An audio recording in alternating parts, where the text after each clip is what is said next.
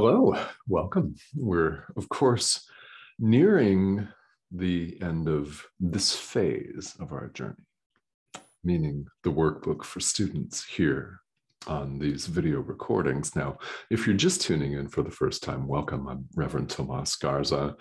And if you're curious or serious, or seriously curious, playing with words, if you have thoughts that you'd like to go through this workbook, I'm very happy about that. There are many guides.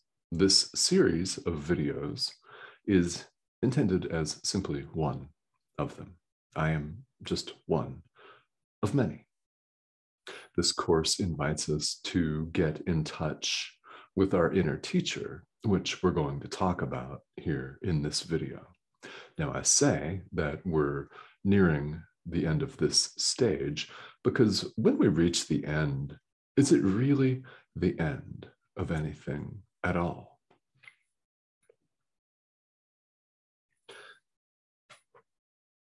Clearly, in a few days' time, when we finish this series of videos on the workbook,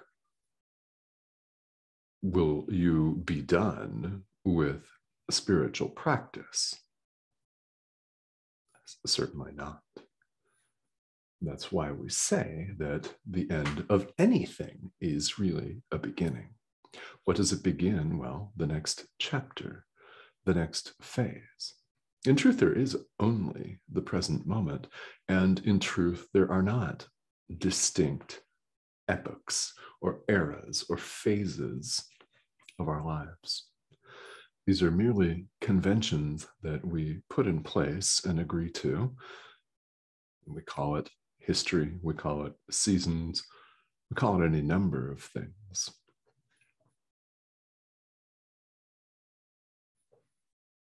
In truth, there is only God, only love. Now, if you prefer one of those terms, God or love, over the other, so be it. They're the same thing. Same. The beauty of this is we know in our hearts that it is true.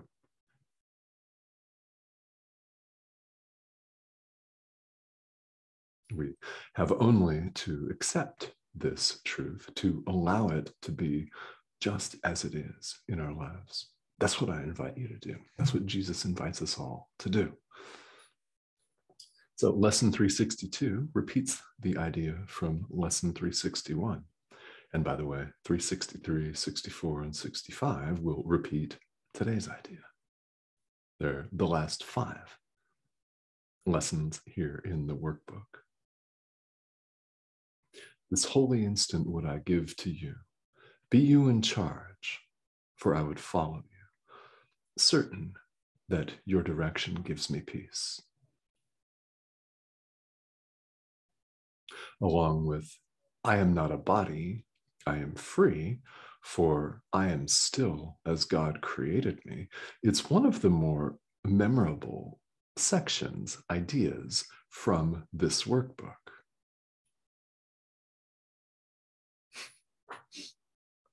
Isn't it? That's why it's repeated, so that for us, it becomes ingrained, habitual. The same as any teacher in the world would do, Jesus has us repeat these ideas. He has us review. As we've seen, part 1 of the workbook was full of review lessons where we would go back and take a second look at an idea, especially if it seemed weird to us at first and possibly difficult to connect to. Actually, sometimes, isn't it? It's putting it mildly. You may have actively resisted some of those, saying, well, of course this cheek means something. That painting means something. It was painted by my grandmother. How can this not mean anything? right? Now we are more aware of what the lesson is and what Jesus is trying to teach us. So, with these final lessons, we commend our entire life to our inner teacher. Every experience, if you're a Buddhist, body, speech, and mind. Yes? Quite like that. We're saying of myself, I know nothing.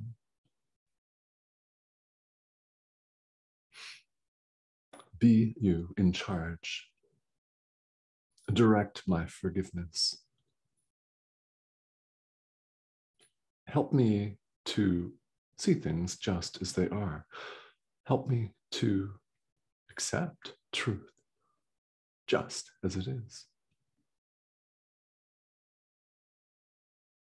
And in common parlance, at least here in the United States, there's a very popular saying, Jesus, take the wheel. Same, isn't it? You drive, right? Direct everything. And what we're doing is we're giving our entire life over for reinterpretation according to the Holy Spirit, to our inner teacher. In other words, we're asking here, we're committing to see. It's one of the workbook lessons that we've covered, isn't it? Above all else, I want to see. Not with the body's eyes, with the body's eyes, you see a very beautiful weaving behind me and a couple of paintings and what we call a man wearing what we refer to as a t-shirt, a green t-shirt. That's what you see with the body's eyes. And as we have covered here in the workbook, and you know in your heart of hearts, your soul, if you prefer, that the deepest, most fundamental essence of your being, you know that we see with the mind. When we close our eyes, we can still see things. When we're asleep and dream, we're seeing things. Memories are seeing things. You might remember a picnic lunch that you had when you were 9 beside a stream or a meadow. You might remember the very first time you met your current partner. You might remember exactly where you were and the lighting. If you met over dinner, you'll remember the restaurant that you went to, things like that.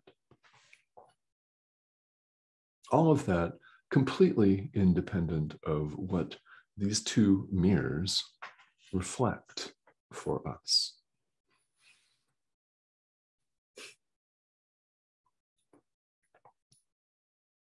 Let's pay attention to the third and final sentence in this idea. Certain that your direction gives me peace. We're all learning, aren't we? We're all learning here on the path to relax and trust and let go. This letting go, this getting out of your own way that we're talking about here is setting the ego to the side, isn't it? The ego wants to be in control and judge and manipulate every situation, all of them without exception. Our adherence to it has led us to the state where we are, one of pitched battle and warfare. As we record that right now, today, the date of this recording, according to this thing that we call the calendar, which is supposed to represent this thing called time. It's this thing called June, this number we call the 28th, and this thing that we call a year, 2022. So if you are watching this on another date that has not yet arrived, you'll know that there's a hell of a lot going on in our world. There's a war in Eastern Europe. There is a war in the United States. Look it up. It's a war that's been in place for decades.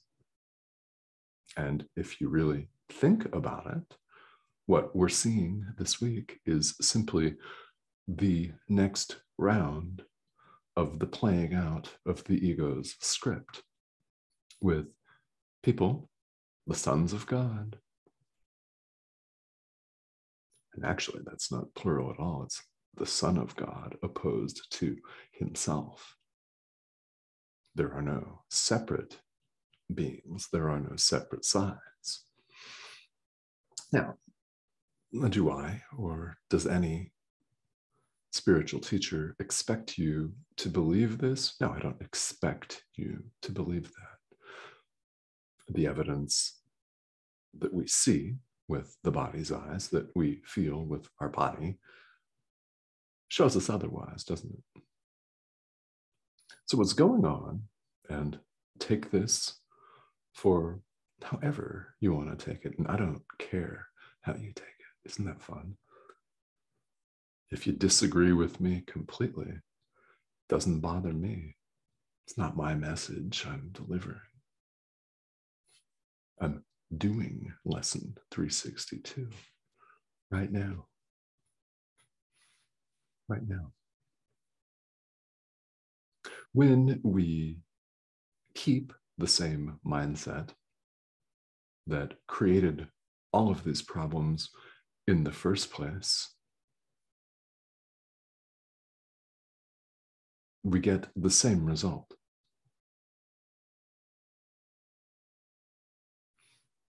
So the example that I'm referring to in the United States is a giant cultural battle over the overturning of the landmark Supreme Court decision Roe v. Wade from 1973, which was just overturned last week. Now, this court, oh, by the way, in this lifetime, I am a law school graduate, so I know these things, has had the ability to do what it just did for 49 years and has not done that for various reasons. Now it has. I'm using this as a point because it is deeply displaying the ego at play on both sides, I might add. Attack, as Jesus teaches us, is never justified. Why? You cannot harm or be harmed. When we identify with the ego, this is the bullshit that happens. We see ourselves as separate from. We see other people as separate than ourselves.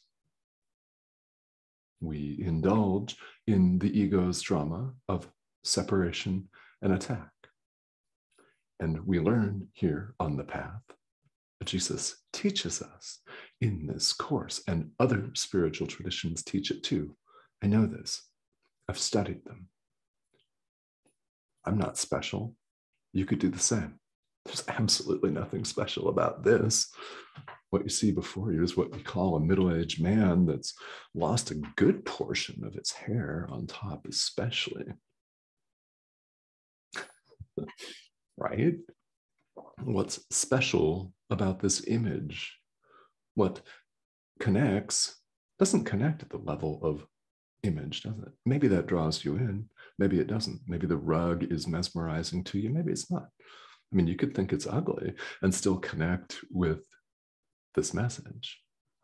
When we attempt to solve any problem with the same point of view, with the same framework, with the same frame of reference that created it, the problem never goes away. It simply changes form. 49 years ago, we had one federal legal situation. This week, we have a different federal legal situation. One minute there was no war in Eastern Europe. Today there's a war in Eastern Europe.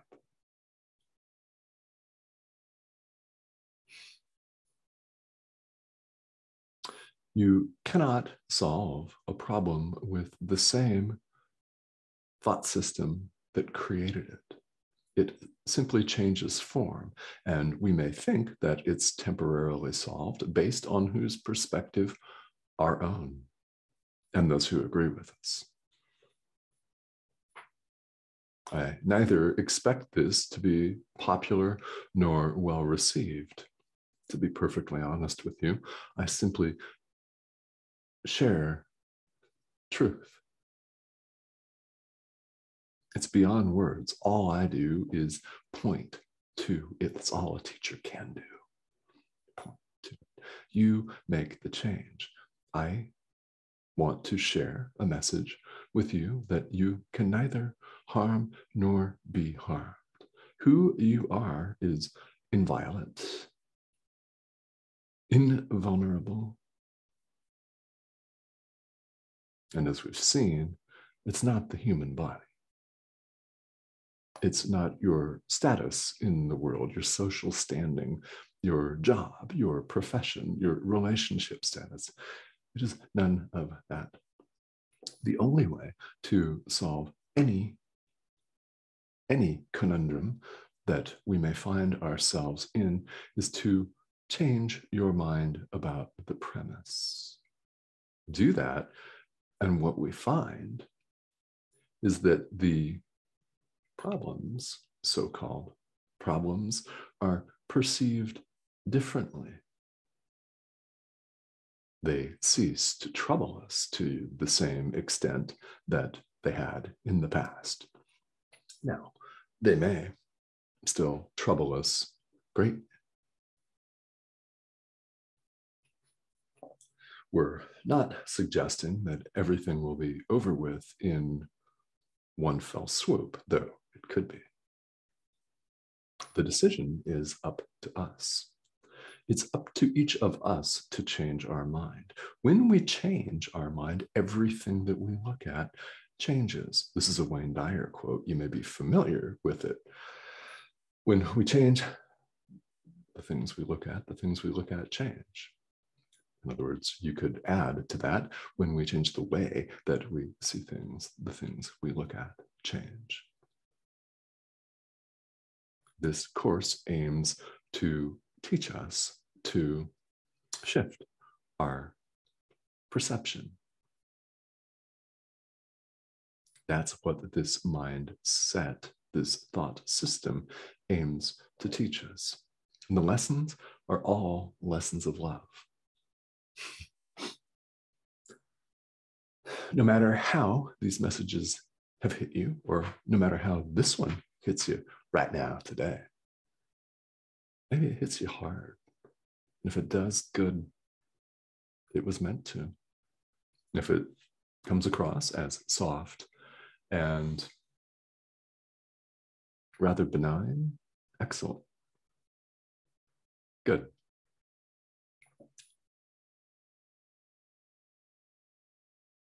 Understand that as a teacher, my job is simply to show up and share.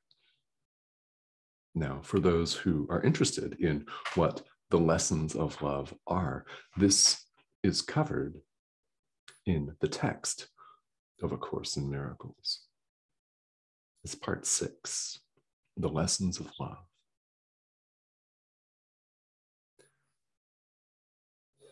One of them is that you can neither harm nor be harmed.